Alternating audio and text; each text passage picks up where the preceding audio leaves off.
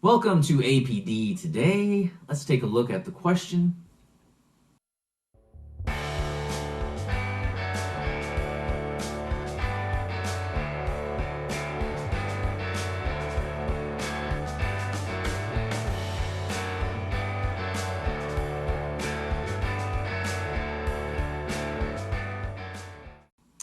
Alright, so why did I use Xmas instead of spelling out Christmas? This happened when I put it on a PowerPoint one time for something with kids.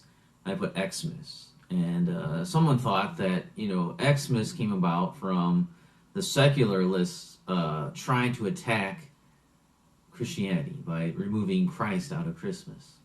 The culture war kind of thing. Like why would I use that? They were kind of a little offended why I would use Xmas instead of just writing out Christmas.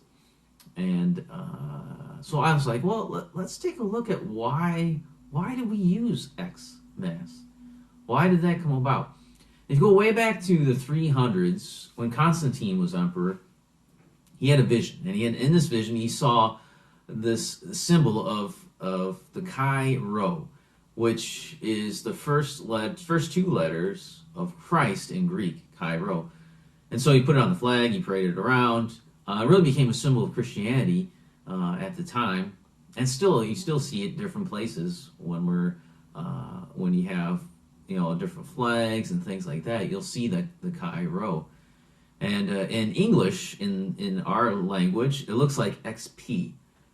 So to write out something, and you wanted to shorten something, right? You're using abbreviation. I mean, abbreviations have been used forever. So when you wanted to write something, you'd abbreviate. So if you get to year 1000-ish, that time, the Chi Rho really became popular shorthand to write for the word Christ. So you would use the XP, which is what it looks like, and that's what you would write. Instead of writing out Christ, you would put XP. So as English scribes wrote on paper that was extremely expensive to have paper, they would shorten the word Christmas to XPMAS, XPMAS. Eventually, to make it even shorter, since everyone understood what the XP stood for Chi Rho, which stood for Christ, since people understood that, well, we kind of lost the P too. And so what you ended up with was XMAS, or Chi Mass. So Christians using abbreviations really didn't start with the Chi Rho, though. I mean, one of the earliest can be found in the Jesus fish.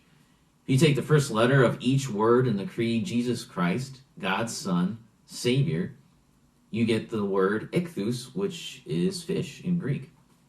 So there are many examples of Christians doing this from the very beginning, and it was an accepted and appropriate way of conveying the Christian message, just abbreviated, to save money, to save room in your paper.